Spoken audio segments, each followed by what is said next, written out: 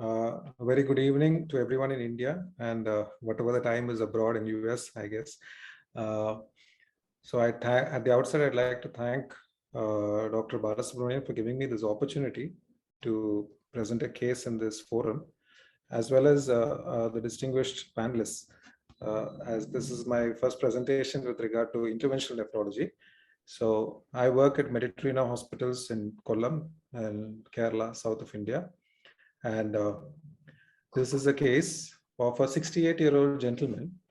He was in regular hemodialysis for the last 2 years, all through his single access, that is the left brachiocephalic AV fistula.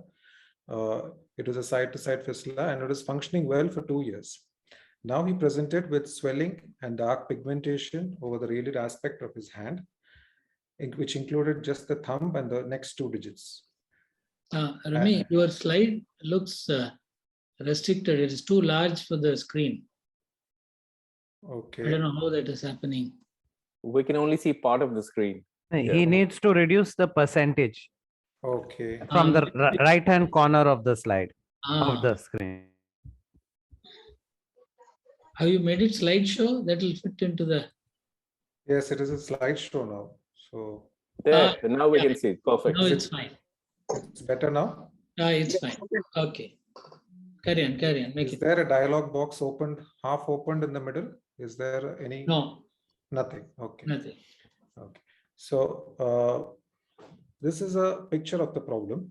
So he had swelling of his left fistulous hand, which involved the radial aspect, thumb, and the first 2 digits initially when I met him. And the picture on the right shows his forearm, of which the contours are relatively well maintained without much edema. And a few days later, when I met him in a post-dialysis session, the pigmentation seemed to have worsened and expanded more over the lower part of the forearm too. And you can see there is a traumatic abrasion over his thumb. So this was the problem that we encountered. We just reviewed his history, which included no antecedent dialysis-related events. He was pain-free during dialysis and at home. No swelling over the forearm, arm, or upper neck or chest areas. No prolonged bleeding from the navel sides, no features of under-dialysis, and no fever or any systemic features. And his blood parameters showed a hemoglobin of 11 and his total count of 6,190, ESR of 25. Serum creatinine was well within limits for a dialysis patient, and serum phosphorus was 4.9, and his viral serologies also were negative. So this was the problem, and I examined the left brachiocephalic fistula, and on arm elevation, the outflow vein collapsed easily. So this kind of ruled out any outflow stenosis. And again, the venous pressures during dialysis also were not high and no prolonged bleeding. There were no collaterals visible over the arm or chest region and no swelling.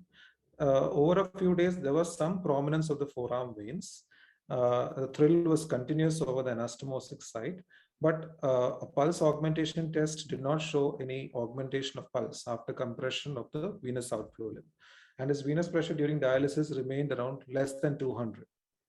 So a negative pulse augmentation is suggestive of inflow stenosis. So that is the picture that you get from the clinical examination.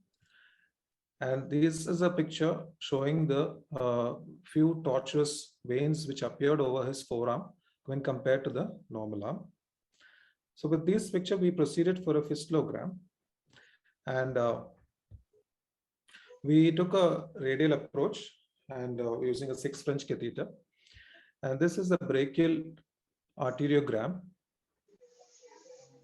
If you want, I can play it again. Yes, please. So we can see the flow from the brachial artery into the fistula, and then there is some flow into the forearm too.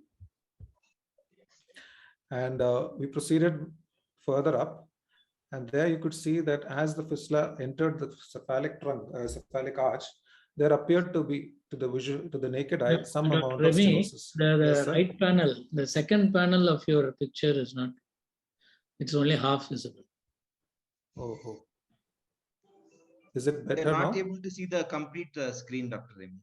Sir, shall I share, sir? Yes, sir. Yeah. If you can share, please share. Yeah, 1 second. I just got it. 1 second. Yes. And Remy, then you play unshare. the videos. Okay. Play the videos once again then. No, you'll have to come out Sir, and here. sir, you have to stop sharing, sir. Yeah, I'll share. Dr. Remy, you stop sharing. Yeah, I have done that. Okay. Stop share. Oh, okay.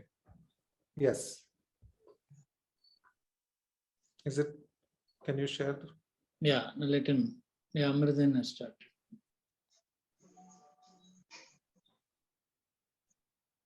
There's only few files in there. Oh, Now beautiful. it's okay, sir. It's clear, sir. Yes. Okay, sir. Fine. So we All can go these to the next images. slide. We can go to the next slide. Yes, so you can play the second video again. I think the first video everyone has seen. The second one, Play. no, at the bottom. Hello. So we had the brachial arteriogram showing the anastomotic site and the fistulous outflow vein, and there is a prominent vein running into the forearm. And there is also a cephalic arch stenosis, which was found on during the fistulogram. And this, I hope you can see the Yes. fistulous tract in the arm, a well-matured single large tract of good caliber.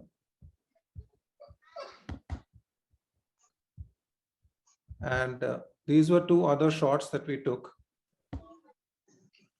One in the forearm, showing a bulk of the flow going into the forearm.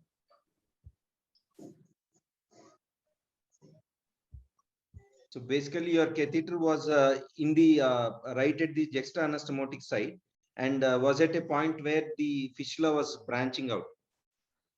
Yes, sir. It was at the point we had crossed the anastomosis, juxta-anastomotic, and this was probably the site where the second vein originated, and this was the final sheath shot. So we took a radial sheath. So this showed also some a less than good blush when compared to a regular arterial shot.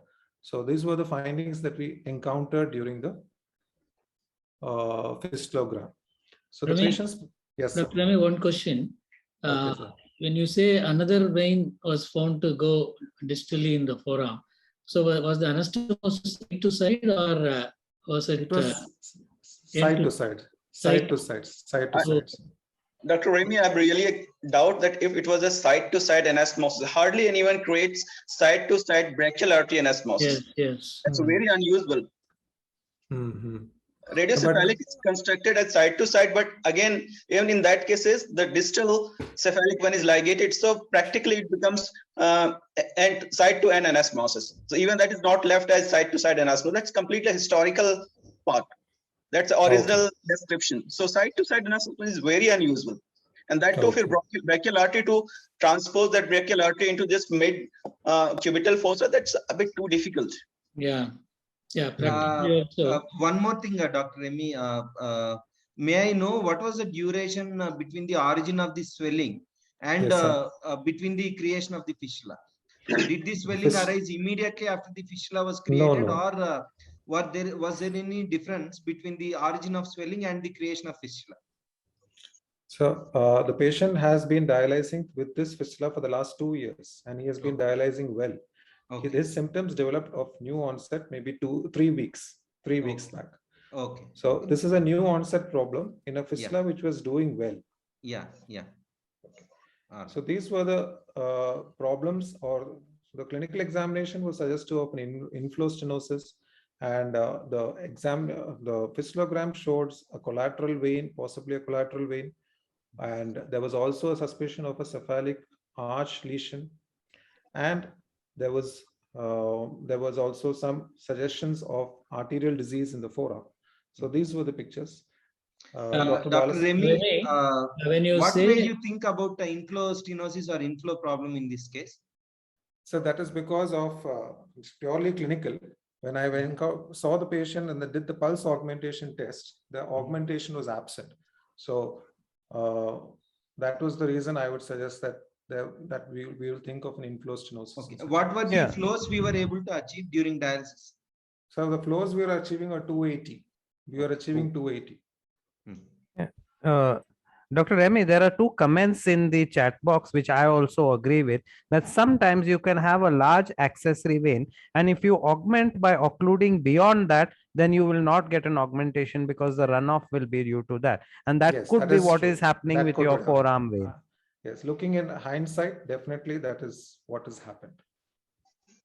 Yeah, so then when you say it is an accessory vein, then it is not side to side, No, right? sir, I will get back to it at the end of the discussion because Okay. I don't think we can call it axillary vein. It has to be a collateral because he has an outflow stenosis. And so axillary vein means there is no outflow stenosis. Yeah.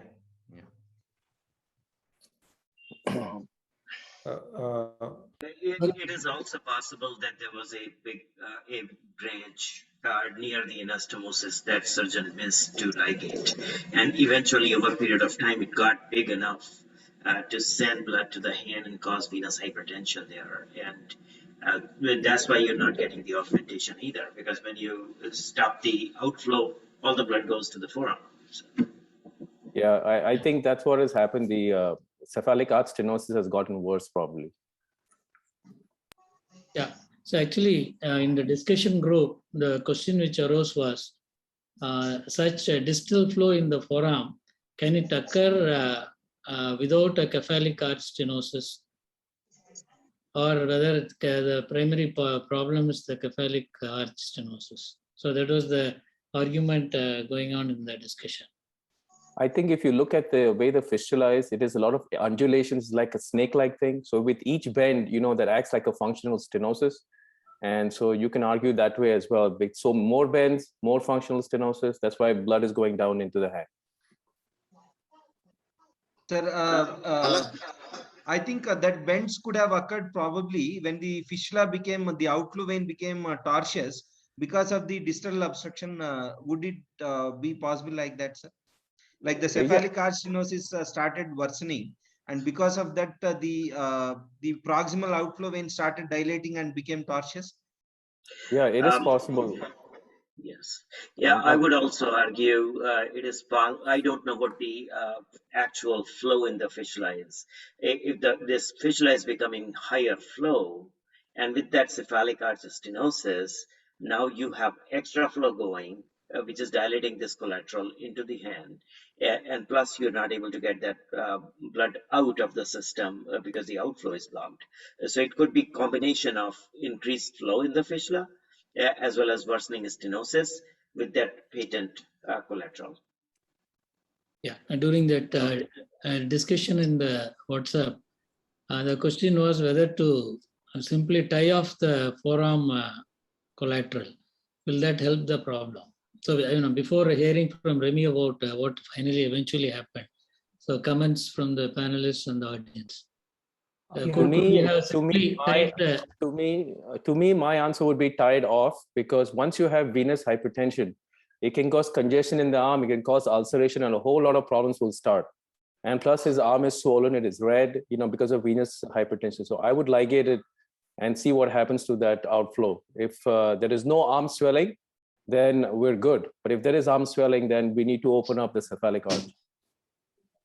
I would be a little bit more skeptical about it. See, if it is true that this collateral is happening due to the cephalic arch, and if you just tie up the collateral, then you're just you don't correct the cephalic arch at the same time, then that fistula is just going to clot out because now the fistula doesn't have anywhere else to drain. So, or it will find another new collateral to bypass and maybe drain into the basilic venous system. So the ideally what I would do if you don't want to go through the ligature issue is treat the cephalic arch. Just put a balloon, open it up, and make that as a low resistance vessel, so that the flow is now directed towards the heart. And if that decreases the arm edema, then it's fine. But if it does decrease the arm edema, I would still go ahead and ligate the collateral, just for the fact what Adrian was mentioning, once the vein is so much dilated, it will never collapse on its own. So But, it's better to just ligate it. Dr. But Lal, treat this- Remy claims that there was no arm edema. It was only forearm edema and darkening of the skin. There were no It is, collaterals in. It is completely explainable because the collateral is draining into the forearm. So the venous hypertension is pretty much, as soon as the blood goes towards the hand and bypasses and gets into the ulnar venous side, the basilic vein system is now open, and that is providing the actual flow. But as Dr. Agarwal just mentioned, when the fistula was originally created, my best guess is based upon the images that I see, is it was a brachial artery to median cubital vein. The cephalic arch was clean at that time, so the flow was always going to, blood will always go towards the heart. So it was going nice and through the upper arm cephalic, but the cephalic arch stenosis started to happen and the forearm cephalic vein was untied. That means it was still patent. That started to open up as a collateral. And the cephalic arch, as the stenosis got worse, the flow was diverted more towards the forearm, and then the forearm swelling started to get worse. So now the question comes up as, if you don't treat the cephalic arch and you just ligate the forearm cephalic vein, or the forearm, that collateral that you want to call, the communication is from the anastomosis and up to the cephalic arch, and cephalic arch is diseased. You have to treat that if you want to make any meaningful recovery for this. Can I add something? So I agree with, this is Adrian, I agree with what Lal is saying as well.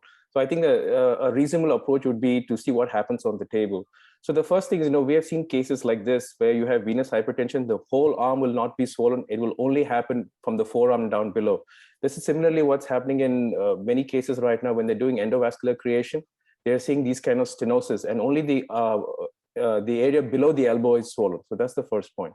The second point is, you can go and ligate the collateral. Remember, we don't know what the flow is.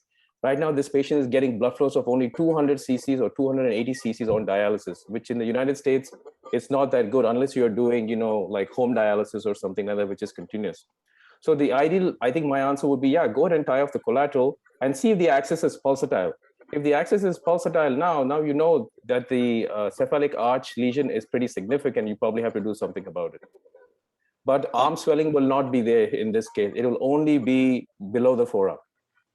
That's a great comment, Adrian. What I would suggest is, even before you ligate it, you just occlude the collateral. Sure. Visualize, you can just press it down and feel the pulse as to the rest of the fistula. If it's pulsatile, then you made all your diagnosis at the table. Correct. And you can check the flows as well. And you can check the flows when you compress that collateral. Check the flow in the fistula. Has it increased or not? So I'll give you the answer as well. Well, let me give you one more.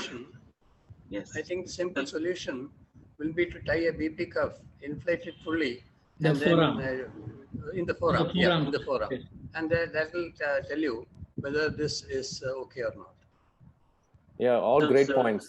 Lovely points. Let me give you one more perspective. So you all know that cephalic arch stenosis occurs mostly in the upper arm fistula. It doesn't happen with the radiocephalic, right? And that is because of the higher blood flow in the upper arm fistula, which cause stress on the wall of the vein, and that leads to the cephalic arch stenosis. So my suspicion is that this fistula is gradually becoming a higher flow fistula also. Now, if you do the angioplasty of that cephalic arch, you have to keep that in mind, that this patient is going to become like Dr. Mehta's patient at some point, if the flow keeps on increasing, and then you will be tying off the fistula, then you will be putting the Miller band there to decrease the flow. So first you are going to increase the flow, then later on you will be decreasing the flow.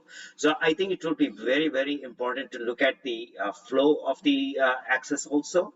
See if that is one thing. Maybe we should not be very liberal about angioplasting the cephalic arch to a larger size. Maybe a little bit decompression, a smaller balloon do angioplasty, but don't make it like 8 millimeter fistula, because then you can have a high flow fistula later on.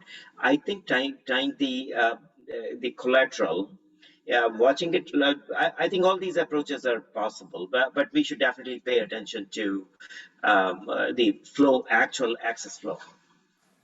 What I was trying to add is whether it makes sense to consider embolizing the collateral veins. Yeah, you could, yeah. Girish, Yeah, coil embolization, yes. Bala, Yes, yes. Anil, if you watched one of our poster which was selected for SDIN, Bala, if you can give me a chance to share one slide of mine, I can show you this what Girish mentioned just now. Can I share my slide? Yeah, before that, Remy, could you rerun the cephalic arch flow and show us whether it is really critically stenosed? Yes, sir. I can do that. Yeah. Then briefly, Hemant can share that slide and we'll come back. Yeah. Is that, I mean, I'm not experienced with cephalic. I think it is. No, I think Remy can show the still image that had a better shot of the cephalic arch. Where is that still image, Remy? Yes. No, in another slide you had still image. Yeah. Here we go. This one. This So is let us- pretty significant. Okay. Yeah, Hemant, quickly show your slides and we'll come back and let's see what Remy, can you unshare? Yes. So before that, I would just, as a beginner, I would just ask, I would like to just ask a few points. Yeah. One is how significant is this stenosis when you do not have, when you not see any collaterals developing surrounding or around the shoulder. around the stenosis? And second, and the second point I would like to ask is when there is an intact palmar arch, a venous palmar arch, then why wouldn't the excess blood being diverted into the forearm go out through the basilic and then the axillary system? Then Remy, then we'll never have fistula thumb in any case, right? Then that problem of fistula thumb would have never arisen if your explanation for this palmar arch draining the higher flow. So Remy, the reason you don't see the collaterals at the cephalic arch is because your collateral is next to the juxtaanastomodic area. That is decompressing the whole fistula. Okay. That's why you're not seeing anything at the cephalic arch. Yeah, it's in fact you have a large collateral, but it is not in the upper part. It's right there at the anastomodic. And that's why you call it a collateral, and we're not saying it's an accessory because there is a stenosis. So if I may add, Remy, your question is absolutely valid, but most of the literature when we talk about cephalic arch and you see the upper arm collaterals, it's actually the surgical technique which is important. Because most of the surgeons, when they create a brachiocephalic fistula, they tie off all the veins, adjoining veins or the branches at the site of the juxtaanastomotic area. But and that's why in those patients, if it is a cephalic arch stenosis, you will see upper arm collaterals which try to drain into the basilic venous system. That's Correct. what all the literature will show you. But in your case, the surgeon did not tie off the closest vein next to the anastomosis, and that's why your collateral developed. That became the path of least resistance. The blood didn't even have Yes, Dr. Lal speaks. You unshare and Hemant can show that slide. Yeah, Lal, continue. That's it. I just wanted to highlight that surgical technique. Hemant, make it quick. So this was the poster, and if I can show you. So this lady, no swelling here, fistula somewhere around there, hand swelling, something similar to what Remy showed, 2 fingers ulceration, severe excruciating pain during dialysis. Okay, now the fistula is fine here, but in the upper arm, you see the whole of the cephalic vein is diseased, and it is thrombosed somewhere there. It has developed a backward collateral circulation going all the way to the back of the hand. And so the blood, they were puncturing it somewhere here. The blood would not go towards the heart. It would return there and then maybe through the collateral somewhere it will be. Somehow the basilic vein has also developed well. So what we did was then went into this vein, did the call embolization and cut off this flow, gave the instructions to the patient from wherever she had come from, that do not puncture this area. This is a very nice basilic vein which can be punctured. And within a week, you see this the finger ulcers had healed. So my point is that you have venous hypertension. It's always due to your obstruction somewhere up there. Like in Remy's case, it is in the cephalic arch. In my case, it was the draining cephalic vein in the upper arm itself. So that obstruction has to be tackled first, and probably the rest of the thing will get sorted out. Okay, let's see. I think this is.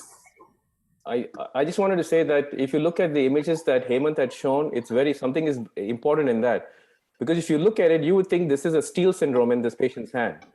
But the clue here is the arm is red, it is swollen, and you have ulcers. Whereas if you just had arterial Steele, the hand would be pale, it would not be swollen, but ulcers would be there. And also, just to add on what Hemant sir said, now I think there is a little more economical and Indian way of obstructing the flow to this. These days for varicose veins, we get glue ablation technique. So even a glue ablation technique, which is less surgical to just occlude the outflow vein, can be considered, just like we do for the varicose veins. Okay, Remy, go on. What happened? That's fancy stuff, Girish. If I may continue. Yeah. So then as Dr. Balasubramanian mentioned, there were contrasting views in the panel, even in the discussion. So there is a ligation of the collateral in the forearm directly first and no further intervention needed. That was the one opinion. Another one opinion would be to give the cephalic arch plasty first, wait and watch, and then ligate the forearm as needed. The third would be to use the collateral forearm vein for dialysis for some time and or create a new forearm or wrist fistula if required in a later date. And the fourth would be that you should not damage the collateral because it is supplying some amount and there might be some gangrene to the jigs. So these were some opinions which came out during the discussion in the WhatsApp group.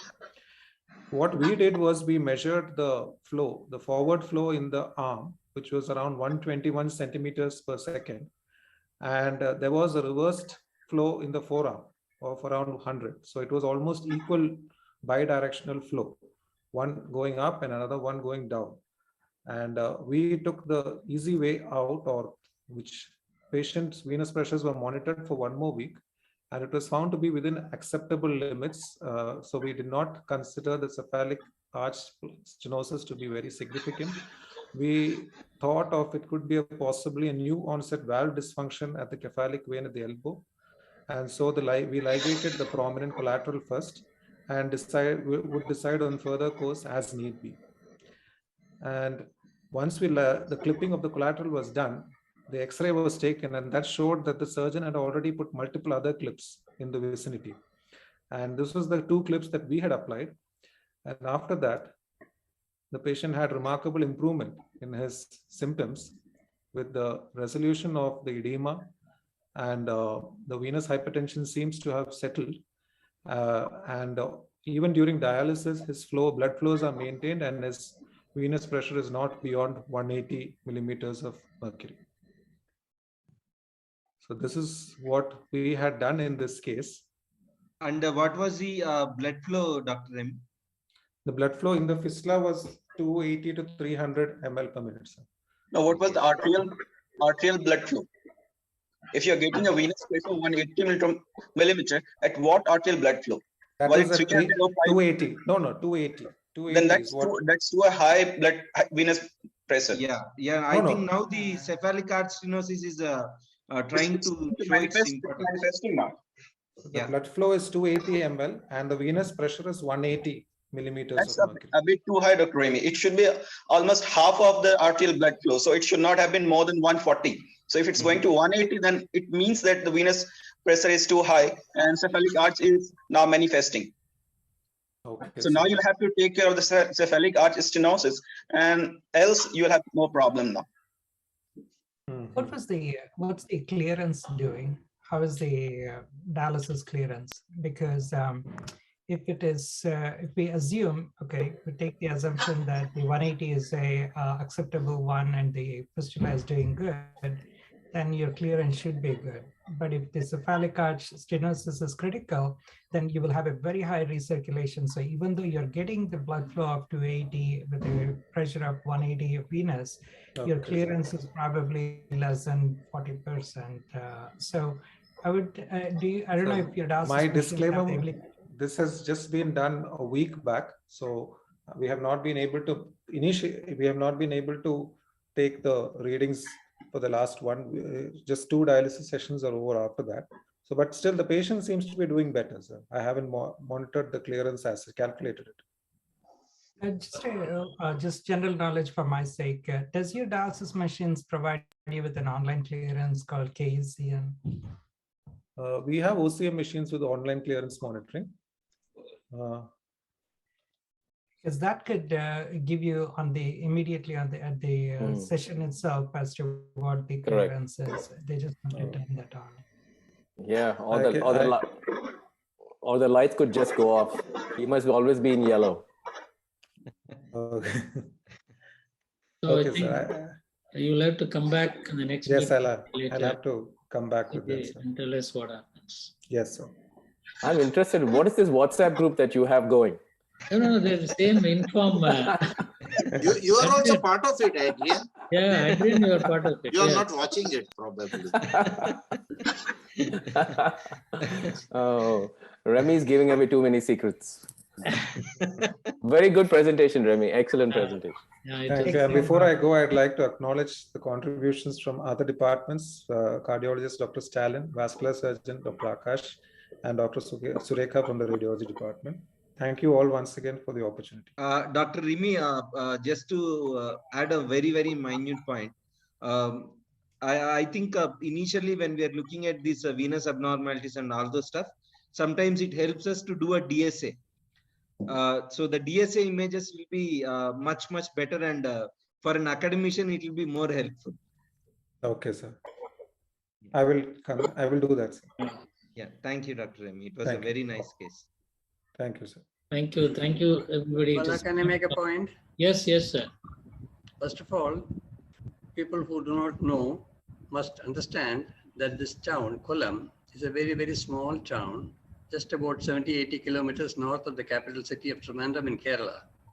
And 20 years back, there was only one hospital where dialysis was available for the whole revenue district. Every patient from that Kollam district had to come to Trivandrum for the treatment.